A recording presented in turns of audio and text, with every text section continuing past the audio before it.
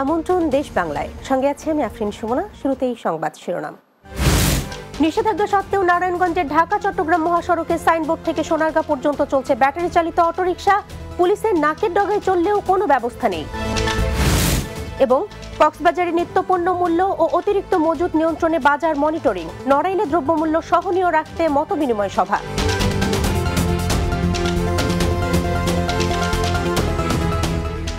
শুনছিলেন শিরোনাম, এবার বিস্তারিত। নিষেধাজ্ঞা থাকা সত্ত্বেও নারায়ণগঞ্জের ঢাকা চট্টগ্রাম মহাসড়কের সাইনবোর্ড থেকে সোনারগাঁ পর্যন্ত যত্রতত্র চলছে ব্যাটারি চালিত অটোরিকশা। এতে প্রতিনিয়তই ঘটছে প্রাণহানি সহ বড় ধরনের দুর্ঘটনা। হাইওয়ে পুলিশের নাকের ডগায় হরহামেশা এসব নিষিদ্ধ যানবাহন ভারী যানবাহনের সঙ্গে পাল্লা দিয়ে চললেও তাদের কোনোভাবেই থামানো যাচ্ছে না। তারপরও হাইওয়ে পুলিশের শীর্ষ কর্মকর্তা বলছেন, যেসব থ্রি হুইলার মহাসড়কে উল্টো পথে চলাচল করবে তাদের বিরুদ্ধে ব্যবস্থা নেওয়া হবে। নারায়ণগঞ্জ প্রতিনিধি হাসান মজুমদার বাবলুর রিপোর্ট। ঢাকা চট্টগ্রাম মহাসড়কের কাঁচপুর সেতুর উল্টো পথে গেল মাসের ৭ তারিখ যাত্রীবাহী বাসের সাথে নিষিদ্ধ ঘোষিত অটোরিকশার মুখোমুখি সংঘর্ষে চালক, নারী ও শিশু মারা যান। এই ঘটনা একদিনের নয়, নিত্যদিনেই ঘটছে মহাসড়কের বিভিন্ন স্থানে দুর্ঘটনা। এখানে অটো গাড়ি সন্ধ্যাবেলা হইলে কোনো অভাব নাই। লাইনম্যানেরা যারা লাইনম্যান করে তারা কন্ট্রোল করে রাখতে পারে না। ঢাকা চট্টগ্রাম মহাসড়কের সাইনবোর্ড সানারপাড়, মৌচাক, শিমরাইল মোড়, কাঁচপুর, মদনপুর, সোনারগাঁ, মোগরাপাড়া পর্যন্ত যত্রতত্র যাত্রী বহন করে বড় গাড়ির সাথে পাল্লা দিয়ে চলছে এই 3 চাকার বাহন। ফলে প্রতিনিয়তই যানজটের শিকার হচ্ছেন যাত্রীরা। অটো রিক্সাগুলো কোনো গাড়ির মানে না, ও যেহেন্দে পারে হেন্দে ঢুকাই দেয় আর জায়গায় গাড়ি ঘুরেই ফেলায়। মনে করেন গাড়ি আইতে আছে কি আইতে আছে না, ওর দেখার বিষয় না। এটা অনয়ের আশা আছে, তো অনয়ে তো বড় গাড়ি দেখি, আমি তো ছোট গাড়ি অনয়ে দেখতেছি না। মহাসড়কের বিভিন্ন পয়েন্টে নিষিদ্ধ বাহনগুলোর কারণে যানজট তৈরি হয়ে সীমাহীন দুর্ভোগে পড়ছেন যাত্রীরা। এর জন্য ট্রাফিককেই ধরছেন তারা। না, ট্রাফিক বিভাগ যেটা আছে তারা তো আমরা রাস্তাঘাটে পাই না, যার যার মনে যেইভাবে চায় সেইভাবেই চলতেছে। মহাসড়কে যত্রতত্র নিষিদ্ধ যানবাহন চলাচলে নিয়মিত রেকর্ডিং কার্যক্রম পরিচালনা করছেন হাইওয়ে পুলিশ। যেই উল্টা পথে চললে তার বিরুদ্ধে কোনো ধরনের কোনো এক্সকিউজ ছাড়াই তার বিরুদ্ধে ব্যবস্থা গ্রহণ করা, ঠিক আছে? এইটা আমরা হাইওয়ে পুলিশকে বলেছি এবং আমি আমার যে জুরিসডিকশনের ভিতরে এটা সবাইকে একই মেসেজ দেয়া আছে। যত্রতত্র যেখানে সেখানে নিষিদ্ধ অটোরিকশা ও ব্যাটারি চালিত 3 হুইলার যাত্রী আনা নেওয়া করছেন। বিশেষজ্ঞরা বলছেন, মহাসড়কে শৃঙ্খলা ফেরাতে আইনের কার্যকরী পদক্ষেপ জরুরি। হাসান মজুমদার বাবলু, বাংলা টিভি, নারায়ণগঞ্জ। পবিত্র রমজান মাসে নিত্য প্রয়োজনীয় দ্রব্যমূল্যের ঊর্ধ্বগতি ও অতিরিক্ত মজুত নিয়ন্ত্রণে বাজার মনিটরিং করেছেন কক্সবাজারের জেলা প্রশাসক মোহাম্মদ সালাহ উদ্দিন।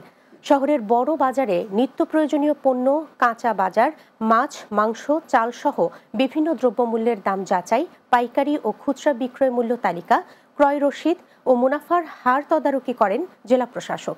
এ সময় অতিরিক্ত জেলা প্রশাসক নিজামুদ্দিন আহমেদ, সহকারী কমিশনার ও নির্বাহী ম্যাজিস্ট্রেট KM ইনজারুল হক এবং মাসুদ রানা সহ প্রশাসনের কর্মকর্তারা উপস্থিত ছিলেন। সকলকে নির্দেশনা দিয়েছি যাতে করে কেউ সরবরাহটা যাতে চ্যানেলটা যাতে সাপ্লাই চেনটা যাতে ঠিক থাকে, পাশাপাশি কেউ যাতে অযাচিতভাবে কেউ যাতে মজুতদারি না করতে পারে। মজুতদারির কোনো তথ্য পেলে বা অন্যায়ভাবে কেউ যদি দাম বৃদ্ধি করার চেষ্টা করে কৃত্রিম সংকটের মাধ্যমে, তার জন্য আমরা কঠোর আইনি ব্যবস্থায় যাব। রমজান ও ঈদ উল ফিতর উপলক্ষে নিত্য প্রয়োজনীয় দ্রব্যের দাম সহনীয় রাখতে নড়াইলে মতবিনিময় সভা অনুষ্ঠিত হয়েছে। নড়াইলের জেলা প্রশাসকের সম্মেলন কক্ষে আলোচনা সভা অনুষ্ঠিত হয়। এতে সভাপতিত্ব করেন জেলা প্রশাসক শারমিন আক্তার জাহান। এছাড়া জেলা প্রশাসনের পক্ষ থেকে বাজার মনিটরিং জোরদার করার পাশাপাশি সংশ্লিষ্টদের সতর্ক থাকার আহ্বান জানানো হয়। এ সময় উপস্থিত ছিলেন অতিরিক্ত জেলা প্রশাসক লিঙ্কন বিশ্বাস, নড়াইল জেলা ক্যাবের সভাপতি মম শফিউর রহমান শফিউল্লাহ সহ অন্যরা। মুন্সিগঞ্জের লৌহজং উপজেলা কাজীর পাগলা এলাকায় ভয়াবহ আগুনে 4টি বসত ঘর পুড়ে ছাই হয়ে গেছে। উপজেলা মেদিনী মণ্ডল ইউনিয়ন কাজীর পাগলা গ্রামের ইউসুফ জামান, মাহবুব আলম, মাহফুজ আলম ও আব্দুল রফিক এর বসত ঘরে এই আগুনের ঘটনা ঘটে। ফায়ার সার্ভিসের 2 ইউনিটের প্রায় 2 ঘন্টার চেষ্টায় আগুন নিয়ন্ত্রণে আনে। প্রায় 10 লক্ষ টাকার মতো ক্ষয়ক্ষতি হয়েছে। লোহজং ফায়ার সার্ভিসের স্টেশন অফিসার সুমন আলী জানান, প্রাথমিকভাবে ধারণা করা হচ্ছে গ্যাস সিলিন্ডার থেকে আগুনের সূত্রপাত।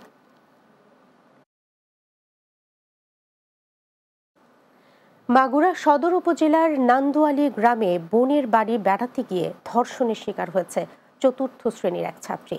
মাগুরা সদর থানার ভারপ্রাপ্ত কর্মকর্তা আয়ুব আলী জানান, কয়েকদিন আগে শিশুটি বোনের বাড়ি নান্দুয়ালী গ্রামে বেড়াতে আসে।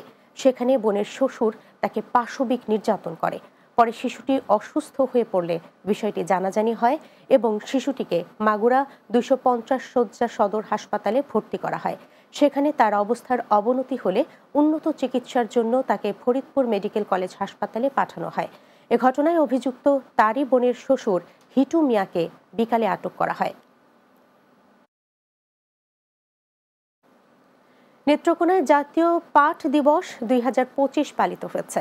জেলা প্রশাসক ও পাট অধিদপ্তর নেত্রকোনার আয়োজনে জেলা প্রশাসক কার্যালয়ের সম্মেলন কক্ষে আলোচনা সভা অনুষ্ঠিত হয়।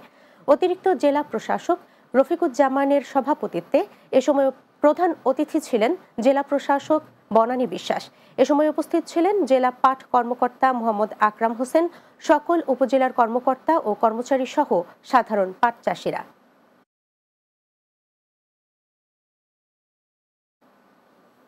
দেশ বাংলায় নিচ্ছি ছোট্ট একটা বিরতি। ফিরে আসার পর অন্যান্য সংবাদের সাথে আরো যা থাকছে। ভোলায় কোস্টগার্ডের অভিযানে সেপ্টেম্বর থেকে ফেব্রুয়ারি পর্যন্ত বিপুল সংখ্যক অস্ত্র মাদক দ্রব্য উদ্ধার, শতাধিক সন্ত্রাসী ও মাদক কারবারি আটক।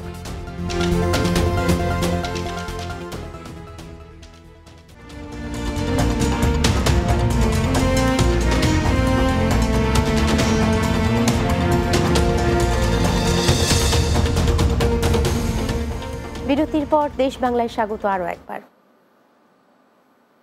ভোলায় আইন শৃঙ্খলা রক্ষায় কোস্টগার্ডের অভিযানে গেল সেপ্টেম্বর থেকে ফেব্রুয়ারি পর্যন্ত বিপুল পরিমাণ অস্ত্র, মাদকদ্রব্য সহ শতাধিক সন্ত্রাসী ও মাদক কারবারিকে আটক করেছে কোস্টগার্ড দক্ষিণ জোন। কোস্টগার্ড দক্ষিণ জোনের জোনাল কমান্ডার ক্যাপ্টেন মোহাম্মদ ইমাম হাসান আজাদ সংবাদ সম্মেলনে এ তথ্য জানান। তিনি জানান, আইন শৃঙ্খলা নিয়ন্ত্রণে নিয়মিত অভিযান পরিচালনা করা হচ্ছে। গত সেপ্টেম্বর থেকে ফেব্রুয়ারি পর্যন্ত 6 মাসে 31টি দেশীয় আগ্নেয়াস্ত্র, 3টি বিদেশি পিস্তল ও বিপুল পরিমাণ বোমা ও মাদক জব্দ করা হয়। আটক করা হয় 70 জন সন্ত্রাসী ও 33 মাদক কারবারিকে।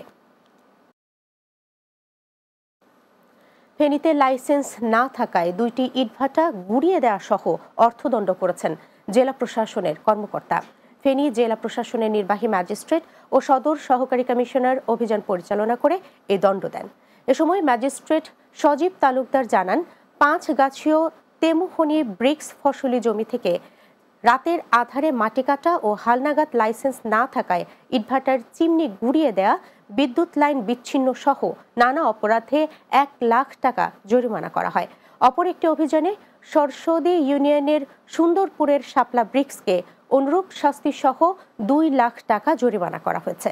এ সময় সহযোগিতা করেন পরিবেশ অধিদপ্তর ফেনীর সহকারী পরিচালক জাহানারা ইয়াসমিন, ফায়ার সার্ভিস ফেনী, আনসার ও বিদ্যুৎ বিভাগ।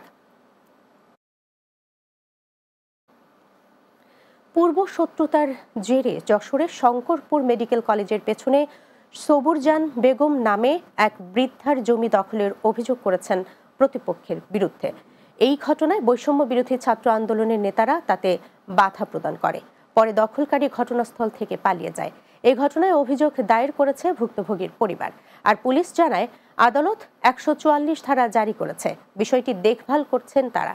তদন্ত করে ব্যবস্থা নেওয়া হবে বলেও জানায় পুলিশ। এই ঘটনায় বিচারের দাবি করেন ভুক্তভোগী সবুরজান বেগম। এখন এরা মাস্তান দিয়ে এইসব করতেছে, বহু লোক এই সব সরিয়ে গেছে। একজন নাকি কলেজে গিয়ে সরিয়ে যাও তোমরা।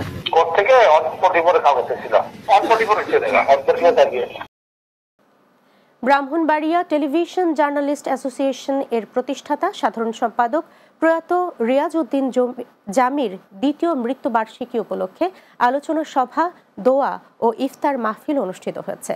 ব্রাহ্মণবাড়িয়া টেলিভিশন জার্নালিস্ট অ্যাসোসিয়েশনের আয়োজনে ব্রাহ্মণবাড়িয়া সার্কিট হাউস মিলনায়তনে এ দোয়া ও ইফতার মাহফিল অনুষ্ঠিত হয়। এতে বক্তব্য রাখেন পিআইবির সহকারী প্রশিক্ষক জিলহাজ উদ্দিন নিপুণ, বাংলা ভিশনের সিনিয়র বার্তা সম্পাদক Ruhul Amin রুশদ, Brahmanbaria television journalist association এর সভাপতি আলামিন শাহিন, সাধারণ সম্পাদক মফিজুর রহমান লিমন, সাংবাদিক পীযূষ কান্তি আচার্য, আফম কাউসার ইমরান সহ অন্যরা। ঢাকার ধামরাইয়ে ইটভাটায় মোবাইল কোর্ট জরিমানা ভাঙচুর বন্ধের প্রতিবাদে মানববন্ধন অনুষ্ঠিত হয়েছে। উপজেলা নির্বাহী কর্মকর্তার কার্যালয়ের সামনে এই মানববন্ধনের আয়োজন করা হয়। পরে উপজেলা নির্বাহী কর্মকর্তা মামনুন আহমেদ অনিকের কাছে প্রধান উপদেষ্টা এবং পরিবেশ, বন ও জলবায়ু পরিবর্তন মন্ত্রণালয় বরাবর মানববন্ধন ও স্মারকলিপি প্রদান করেন বাংলাদেশ ইট প্রস্তুতকারী মালিক সমিতির নেতারা। একটি পত্রিকায় কিশোরগঞ্জের বাজিতপুর উপজেলা বিএনপির আহ্বায়ক শেখ মুজিবুর রহমান ইকবালের বিরুদ্ধে মিথ্যা ও উদ্দেশ্যপ্রণোদিতভাবে বিভ্রান্তিমূলক সংবাদ প্রকাশের প্রতিবাদে বিক্ষোভ মিছিল অনুষ্ঠিত হয়েছে। বাজিতপুর উপজেলা বিএনপি সহ সকল অঙ্গ ও সহযোগী সংগঠন বিক্ষোভ মিছিল ও প্রতিবাদ সমাবেশ করে। বাজিতপুর উপজেলার রেজু মার্কেটের সামনে থেকে একটি বিক্ষোভ মিছিল বের হয়। পরে একটি সংক্ষিপ্ত সমাবেশ অনুষ্ঠিত হয়। এ সময় বক্তব্য রাখেন বাজিতপুর উপজেলা বিএনপির ১ নম্বর যুগ্ম আহ্বায়ক মনিরুজ্জামান মনির, যুগ্ম আহ্বায়ক মোস্তফা আমিনুল হক, উপজেলা যুবদলের ভারপ্রাপ্ত আহ্বায়ক মকতুবা আলী জাহাঙ্গীর সহ অন্যরা।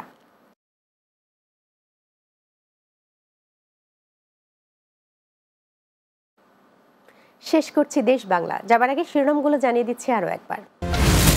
নিষেধাজ্ঞা সত্ত্বেও নারায়ণগঞ্জের ঢাকা চট্টগ্রাম মহাসড়কে সাইনবোর্ড থেকে সোনারগাঁ পর্যন্ত চলছে ব্যাটারি চালিত অটোরিকশা।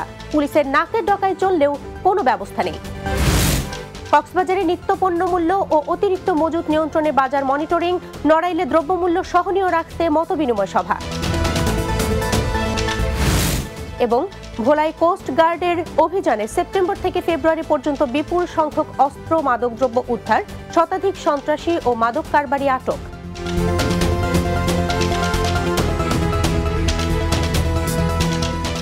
এই ছিল দেশ বাংলায়। আমাদের পরবর্তী সংবাদ বিকেল 4টা 30 মিনিটে দিনের বাংলা দেখার আমন্ত্রণ রইল। এতক্ষণ সঙ্গে থাকার জন্য ধন্যবাদ সবাইকে।